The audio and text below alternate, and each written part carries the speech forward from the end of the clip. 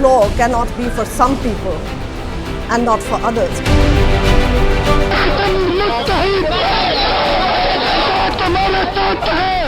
ہم independence of judiciary کے لیے لڑتے ہیں. میں آج سے نہیں لڑ رہی ہوں, میں 18 سال کی عمر سے لڑ رہی ہوں. آج ہار ہوئی ہے ریئیکشنری فورسز کی اور آج جیت ہوئی ہے ڈیموکریٹک فورسز کی.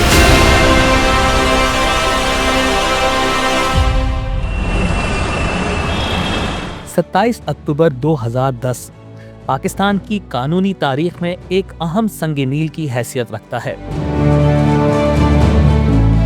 اس روز سپریم کورٹ بار ایسوسی ایشن کی صدارت کے لیے وہ الیکشن ہوا جسے ٹی وی چینلز نے ایک کرکٹ میچ کی طرح لمحہ بلمحہ کور کیا. ہم انڈیپینڈنس آف جوڈیشری کے لیے لڑتے ہیں. میں آج سے نہیں لڑ رہی ہوں, میں 18 سال کی عمر سے لڑ رہی ہوں. مگر انڈیپینڈنس آف جوڈیشری کا مطلب ہوتا ہے کہ they should be seen to be also impartial. اس الیکشن میں عوامی دلچسپی کی ایک بڑی وجہ یہ تھی کہ ملکی تاریخ میں پہلی بار کوئی خاتون صدارت کے منصب کے لیے امیدوار بنی, اور یہ مقابلہ سخت یوں تھا کیونکہ یہ خاتون کوئی اور نہیں بلکہ آسماں جہانگیر تھی, پاکستان کی سب سے بڑی سماجی کارکن, بے باک وکیل اور خواتین کے حقوق کی علمبردار. لیکن شاید اس سے بھی بڑی وجہ یہ تھی کہ آسماں جہانگیر اس وقت فوج کی سیاست میں مداخلت کے خلاف سب سے توانا آواز تھی. I knew would be full of controversies, but also I did not realize, which I do now, that it's a great learning experience and it's very rewarding, the campaign itself. جب انہوں نے یہ فیصلہ کیا کہ وہ اس الیکشن میں حصہ لیں گی تو بہت سے لوگوں نے ان سے کہا کہ خاتون تو آج تک کبھی اتنے بڑے عہدے پہ نہیں الیکٹ ہوئیں اور بہت پازیٹیو اور اسٹرانگ گروپ ہے آپ کے خلاف, حامد خان صاحب کا گروپ. مگر جیسے میں نے کہا اور ڈٹرمنٹ تھی, میں نے کہا نہیں ہم کریں گے. انہوں نے بڑی زبردست کینویسنگ کی, اور اب میں یاد کرتا ہوں کہ ینگ اولڈ ہر قسم کے ایسے ایسے وکلا بھائی باہر نکلے ان کے لیے کام کرنے کے لیے جو کہ توقع نہیں تھی.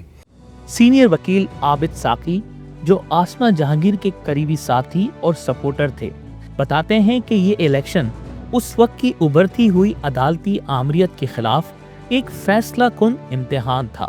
افتخار چودھری صاحب ایک ڈکٹیٹر, جوڈیشل ڈکٹیٹر کے طور پر سامنے آئے, اور اس وقت جو لوگ تحریک میں, عدلیہ بحالی تحریک میں ان کے ساتھی بھی تھے, وہ لوگ بڑے مایوس ہوئے.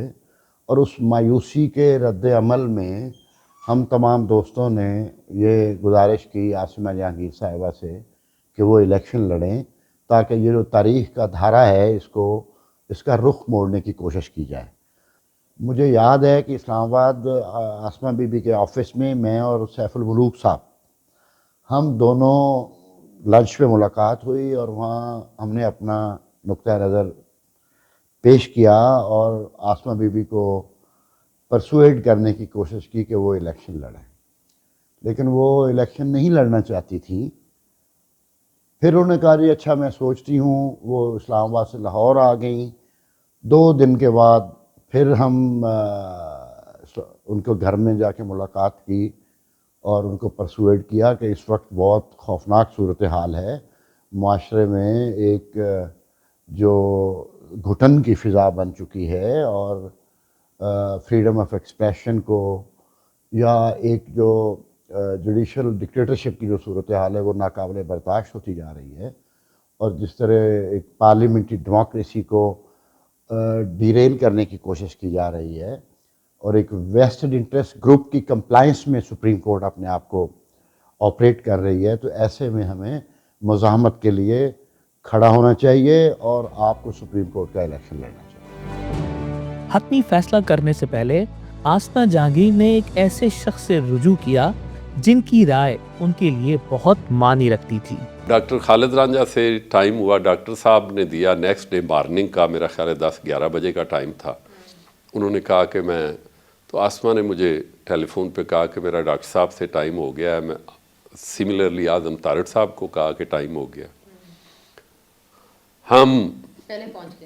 ہم نے آسماں سے جانے سے ہم نے پہلے ہمیں ڈاکٹر صاحب نے صبح ناشتہ کر کے گئے تھے, تو انہوں نے کہا کچھ نہ کچھ انہوں نے ہمیں بڑی اچھی کھیر کھلائی, مجھے ابھی بھی یاد ہے. اور کھانے کے بعد ہم نے اسے کہا ڈاکٹر صاحب آپ تو بڑے ہیں، آسما کو تھوڑا بہت ہم نے تیار کرنے کی کوشش کی تھی لیکن ہمارا کام تو احمد خان وغیرہ نے کر دیا ہے، اس لیے کہ انہوں نے آلموسٹ تھریٹ کیا ہے، تو دیر after she has started thinking کہ انہوں نے مجھے اگر تھریٹ کیا ہے تو I should resist and I should come. Doctor صاحب نے کہا یہ تو نیکی کی بات ہے، میں تو کیوں اسے ڈسکریج کروں گا. الٹیمیٹلی ڈاکٹر صاحب کے پاس آ گئی تقریباً آدھے گھنٹے کے بعد آسما. وہاں باتیں ہوئیں، ڈاکٹر صاحب نے کہا بڑا اچھا کام ہے، اگر آپ جیت جاؤ آپ سارا یہ کرو، آپ سے زیادہ بہتر کوئی نہیں.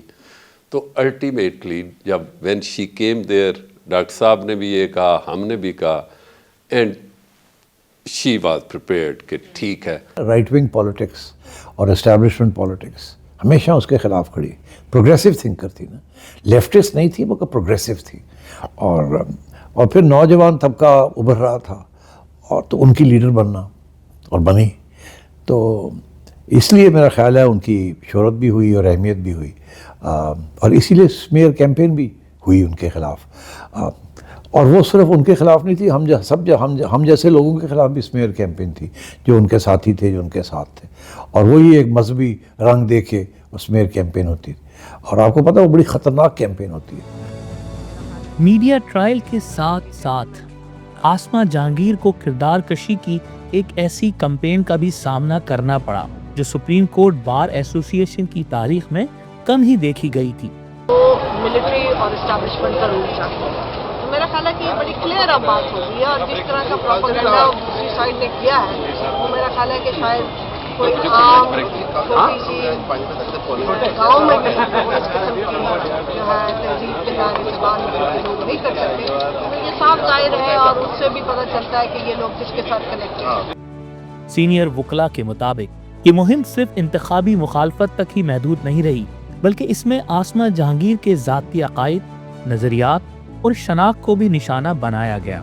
احسن بھون کہتے ہیں اس منفی مہم سے آسما جہانگیر کی جان کو بھی خطرات لاحق ہوئے. انہوں نے اتنی زیادہ نیگیٹو کمپین کی محترمہ آسما کے خلاف کہ ہمیں سم ٹائم یہ ڈر ہوتا تھا کہ جس لیول کی زہریلی کمپین ہوتی ہے اس حوالے سے کسی وقت خدا نخواستہ کوئی فنڈامنٹلسٹ یا اس حوالے سے مذہبی حوالے سے جن لوگوں کو جو آسما کو نہیں جانتے تو اس جان کو خطرہ ہو سکتا ہے.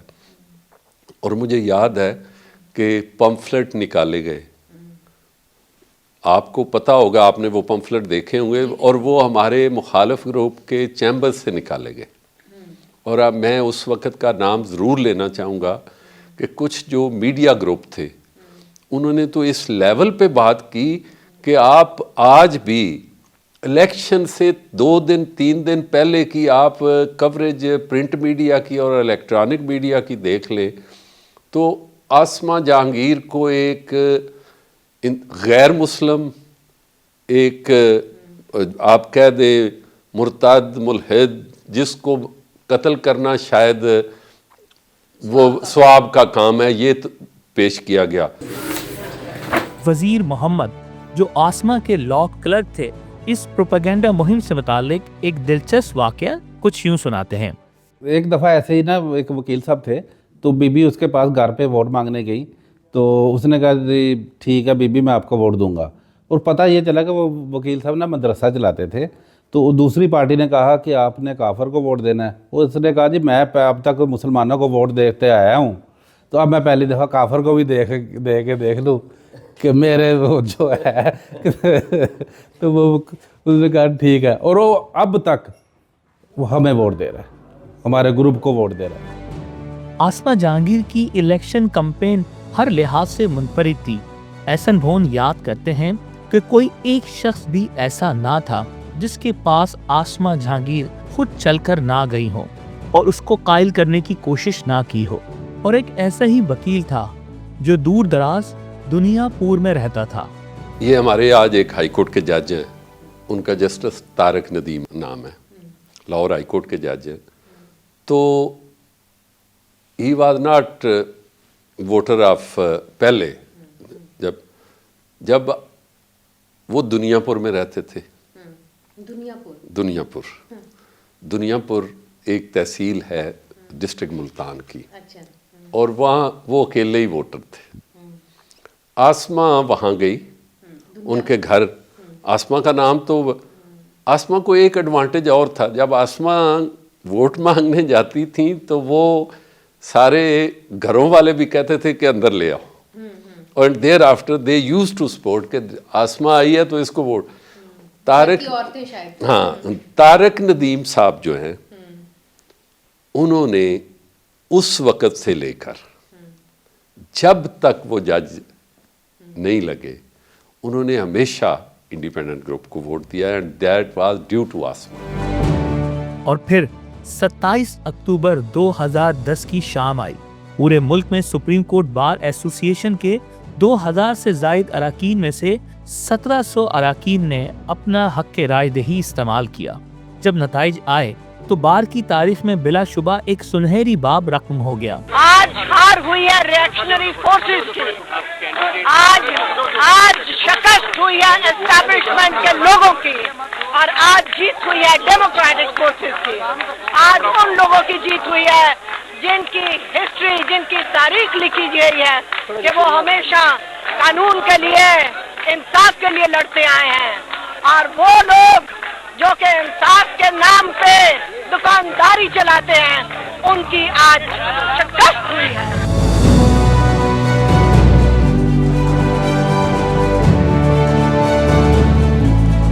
آسما جہانگیر نے حامد خان کے پروفیشنل گروپ کے امیدوار احمد اویس کو 38 ووٹوں کے فرق سے شکست دے دی. آسما جہانگیر کو 834 ووٹ ملے، جبکہ مخالف امیدوار نے 796 ووٹ حاصل کیے، اور یوں آسما جہانگیر پاکستان کی قانونی برادری کی سب سے معزز تنظیم کی قیادت کرنے والی پہلی خاتون بن گئیں.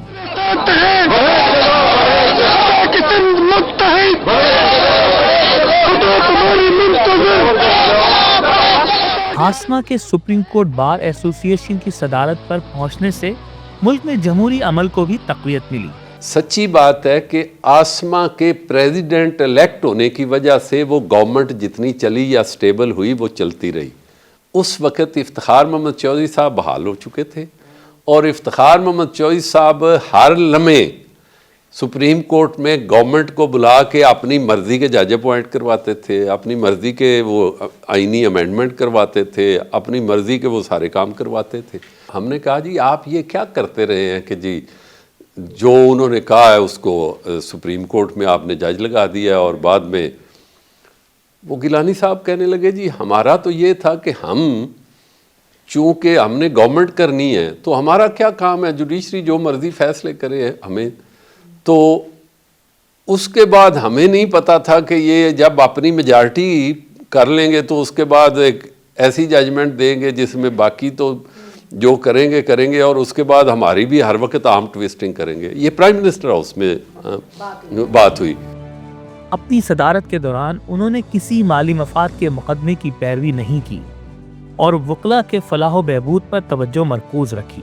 میں سمجھتا ہوں ایک بیداری کی تحریک تھی اس وقت جو چلی، اور جس کے نتیجے میں آسما بی بی جیتی. انہوں نے ویلفیئر کے لیے کام کیا. انہوں نے اسلام آباد میں ایک بہت بڑا ہاسٹل جو ہے سپریم کورٹ لائرز کے لیے ریزیڈینشل پرپس کے لیے، وہ اس کے لیے جدوجہد کی. اور وہ انہوں نے اس وقت پیپلز پارٹی کی گورنمنٹ تھی، اور زرداری صاحب سے اور گیلانی صاحب پرائم منسٹر تھے، تو ان سے انہوں نے بڑی ہیوی گرانٹس لیں، اور اس کے بعد پھر وہ ہاسٹل تعمیر ہوا، اور آج وہ ہماری کمیونٹی اس کو یوٹیلائز کرتی ہے اور لوگ وہاں جا کے ٹھہرتے ہیں.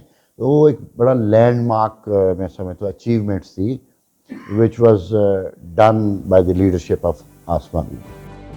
آسما جہانگیر کے مخالف گروپ کے سربراہ حامد خان اور امیدوار احمد اویس نے اس رپورٹ کے لیے انٹرویو دینے سے انکار کر دیا.